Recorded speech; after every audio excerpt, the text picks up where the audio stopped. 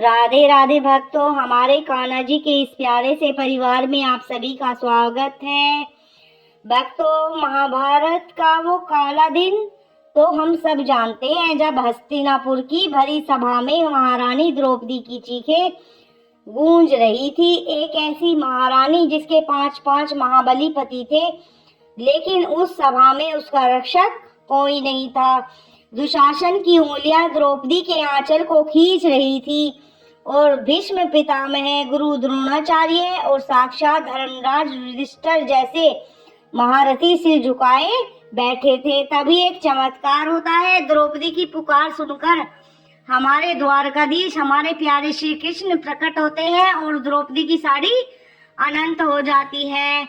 दुशासन थककर गिर जाता है, लेकिन साड़ी खत्म नहीं होती। पर क्या आपने कभी सोचा है, विधाता ने द्रौपदी के भाग्य में यह भयानक दिन क्यों लिखा था? क्या यह सिर्फ शकुनी की चाल थी, या इसके पीछे था द्रौपदी के ही पूर्व जन्म का वो भयानक सच, जिसे खुद ही श्री कृष्ण ने उजागर किया था? अगर आप भी कान्हा जी के सच्चे भक्त हैं, तो कमेंट में जय श्री कृष्णा या राधे राधे जरूर लिखिएगा। चलिए जानते हैं इस महारहस्य को। कुरुक्षेत्र का युद्ध समाप्त हो चुका था, पांडव जीत चुके थे, लेकिन द्रौपदी के मन का घाव अभी भी हरा था। एक दिन द्रौपदी ने भारी मन से श्री कृष्ण से पूछा, हे सखा, हे गोविंद, आप तो त्रिकालदर्शी है, सब जानते हैं, फिर मुझे बताइए, मैंने इस जन्म में ऐसा कौन सा पाप किया था जिसकी सजा मुझे भारी सभा में चीर हरण के रूप में मिली? मेरा ऐसा अपमान क्यों हुआ? आवाज में जो श्री कृष्ण थे, उन्होंने बोला, वो थोड़ा सा मुस्कुराए और बोले, लेकिन उनकी आंखों में गहराई थी। उन्होंने कहा, कृष्णा, संसार में जो कुछ भी होता है उसके पीछे कर्मों का अटूट चक्र होता है। इंसान इस जन्म के कर्म तो याद रखता है, लेकिन अपने जो पिछले जन्मों के कर्म है वो भूल जाता है। जो तुम्हारे साथ हुआ उसकी पटकथा इस जन्म में नहीं, बल्कि तुम्हारे पूर्व जन्म की लिखी हुई थी। श्री कृष्ण द्रौपदी को जो था उनके पूर्व जन्म की याद दिलाते हैं। पिछले जन्म में द्रौपदी एक ऋषि की कन्या थी, जिनका नाम सुकन्या था। वह अत्यंत रूपवान और पवित्र स्वभाव से थोड़ी चंचल थी। एक दिन सुकन्या जो थी सरोवर में स्नान करने गई। वहां पानी में एक छोटा और मासूम कछुआ तैर रहा था। जो सुकन्या थी उसने खेल खेल में एक ऐसी भूल कर दी जिसने उनके अगले जन्म का भाग्य ही बदल दिया।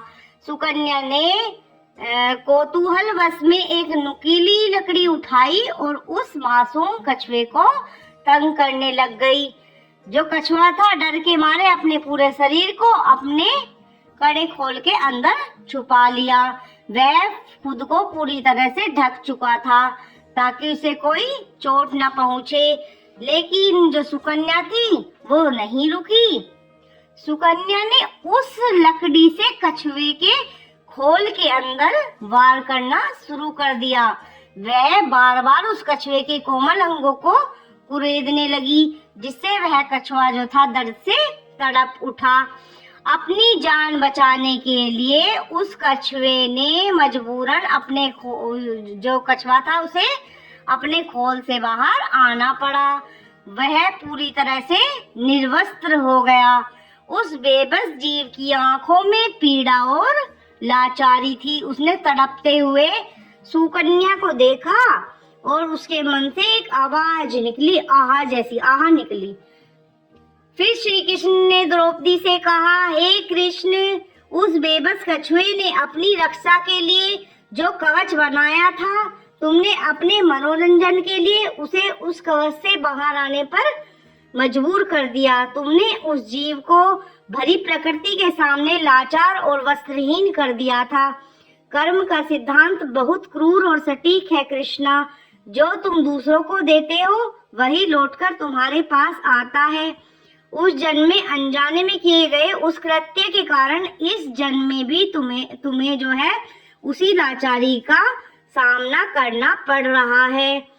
दुशासन जब तुम्हारी साड़ी खींच रहा था, तो तुम भी उस कछुए की तरह अपने वस्त्रों के भीतर खुद को छुपाने की कोशिश कर रही थी, लेकिन कर्म के उस पुराने कर्ज के कारण तुम्हें उस सभा में लाचार होना पड़ा। ये सुनकर जोधा द्रौपदी के पैर कांपने लगे। उन्हें समझ आ गया कि विधाता का न्याय कितना अचूक है। उन्होंने रोते हुए पूछा, हे गोविंद, अगर मेरा ही कर्म था तो आपने ज्योति मेरी लाज क्यों बचाई? श्री कृष्ण ने फिर प्रेम पूर्वक द्रौपदी के सिर पर हाथ रखा और कहा, कृष्णा, तुमने उस जन्म में केवल एक भूल की थी। लेकिन कृष्णा ने बोला उन्हें कि तुमने उस जन्म में केवल एक भूल की थी, लेकिन तुमने अपने जीवन में बहुत सी, इस वाले जन्म में मतलब बहुत सी तपस्याएं की है, दान किए हैं, पुण्य किए हैं। जब दुशासन तुम्हारी साड़ी खींच रहा था तब तक तुम्हारे उस पुराने पाप का हिसाब बराबर हो रहा था, लेकिन जैसे ही तुमने अपनी पूरी शक्ति हार कर दोनों हाथ उठाकर मुझे पुकारा, तुम्हारे इस जन्म और पूर्व जन्म के सारे पुण्य जाग उठे और उन्हीं पुण्य के कारण मुझे तुम्हारी साड़ी को अनंत बनाना पड़ा। तो भक्तों, महाभारत की जो ये घटना थी, ये हमें सिखाती है कर्म चाहे इस जन्म के हो या पिछले जन्म के हो, चाहे वो जानबूझकर किए गए हो या अनजाने में, उनका फल हमें मिलना ही मिलना है। यानी हमने पिछले जन्म में जो गलतियां की थी उसकी ही सजा हमें इस जन्म में मिलती है, उनका फल हमें भुगतना ही पड़ता है। संसार के किसी भी छोटे से छोटे जीव को सताने का अधिकार हमारे पास नहीं है।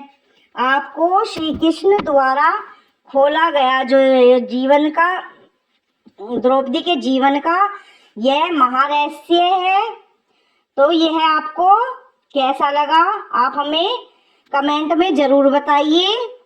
और जो था कमेंट में और जो ये वीडियो है हमारी, अपने दोस्तों को शेयर कीजिए, लाइक कीजिए, कमेंट कीजिए और हमारे लड्डू गोपाल की ऐसी ही और भी सुंदर और ज्ञानवर्धक कहानियों के लिए हमारे चैनल को सब्सक्राइब करना ना भूलें। मिलते हैं हम अगले ही वीडियो में।